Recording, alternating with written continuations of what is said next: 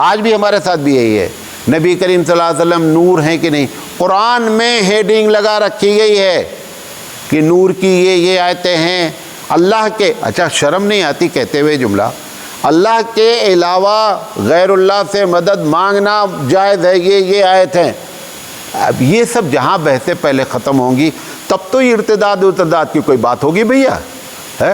ابھی تو یہ مسئلہ ہی نہیں نبی کریم صلی اللہ علیہ وسلم انسان ہیں یا نبی کریم صلی اللہ علیہ وسلم نور ہیں، نور سے پیدا ہوئے ہیں یا کس چیز سے پیدا ہوئے ہیں. پہلے یہ ساری بحثیں ختم ہوں گی. تو ابھی ہم بہت بزی ہیں، ان سب چیزوں میں بزی ہیں. اور کیا ہے، دنیا ہم کو اندر سے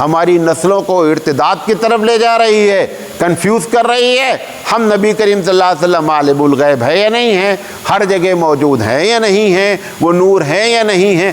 یہ ایڈوانس دنیا کو دیکھیں، وہ چاند پر پہنچ کر پلاٹنگ کرنے والے ہیں کہ پلاٹ کیسے بیچا جائے گا اور یہاں پہ پانی کا نظم کیسے ہوگا، ٹوائلٹ کہاں جائیں گے، یہ بحث چل رہی ہے.